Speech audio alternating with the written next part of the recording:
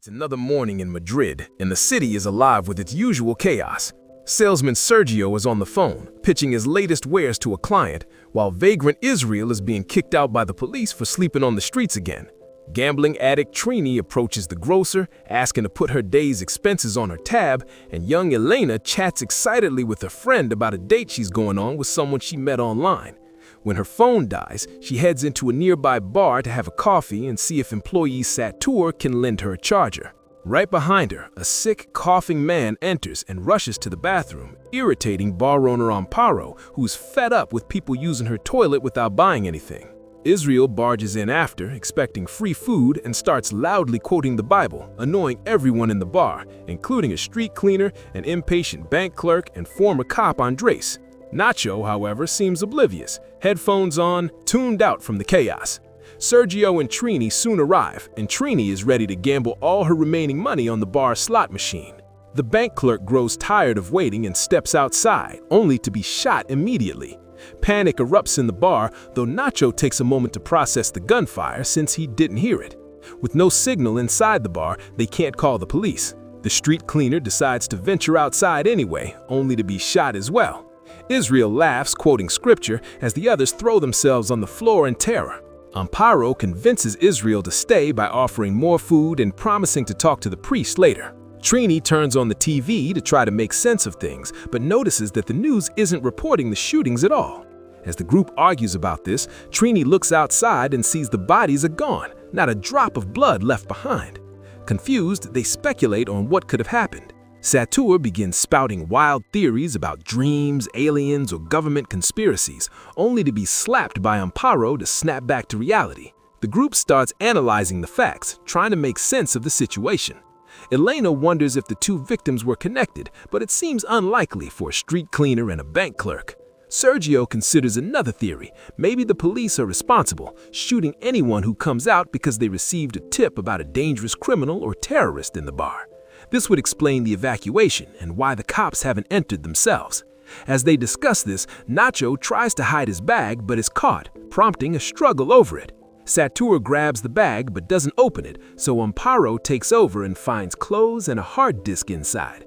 Nacho insists it's just work files, but Elena angrily throws it to the floor and steps on it repeatedly, calling everyone babies for obsessing over theories.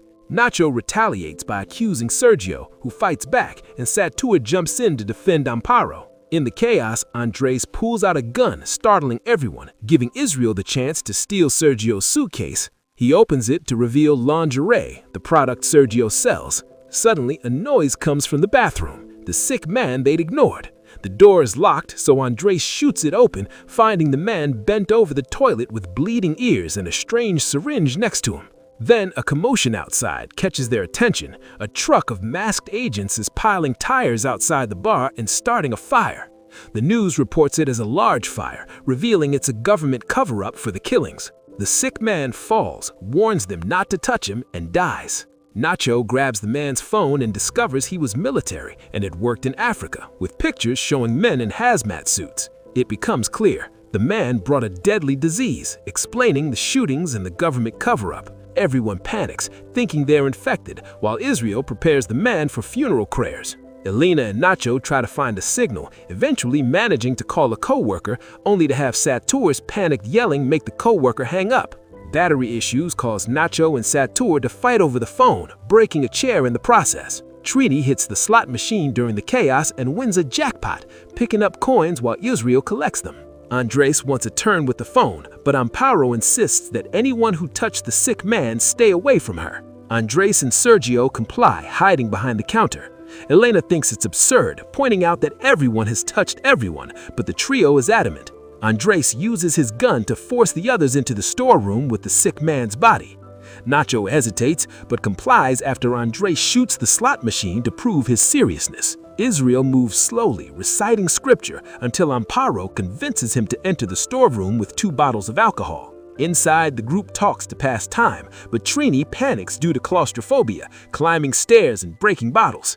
Nacho notices no liquid is pooling, finds a drain, and they realize it's connected to the sewers. Israel volunteers to go down, covering himself with oil and leaving his bag behind.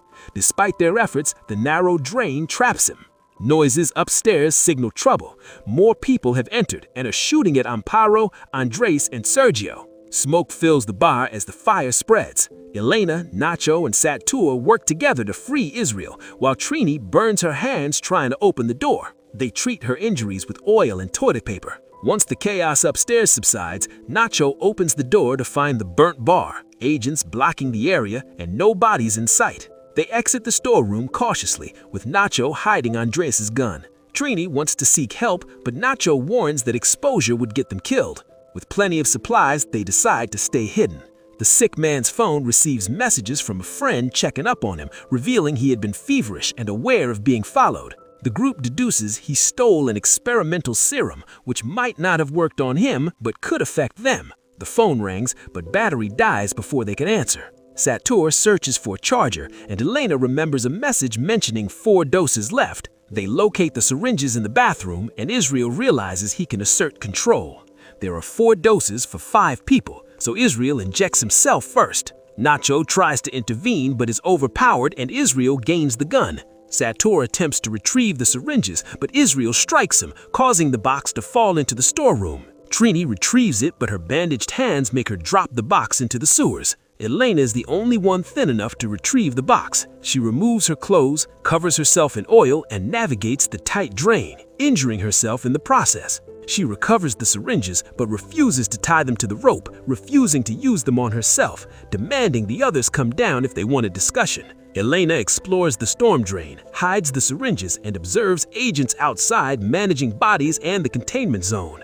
Returning to the storeroom, Elena sees the men helping Trini, who flails and causes everyone to fall into the water. Satur and Trini manage to climb out, but Nacho fights Israel underwater to retrieve the gun. After shots are fired, Nacho emerges victorious, though Israel disappears and the group believes him dead. Elena demands Nacho dispose of the gun to continue to the syringes safely. On the way to the wall, Trini uses coins to mark the path. In a dark tunnel, Trini pretends to struggle, pushing Satur into the water and feigning an attempt to help. Nacho intervenes with a gunshot for light and rescues Satur. Moving to a brighter tunnel, Trini grabs the gun and attempts to finish things herself. The trio finds the syringes and divides them, but the sound of coins distracts them. Trini's body is discovered, with coins over her eyes, a trap set by Israel, who then kills Satur and chases Elena and Nacho through the tunnels. Elena and Nacho flee through tunnels and reach stairs outside. Elena trips, losing a syringe, while Nacho is grabbed by Israel.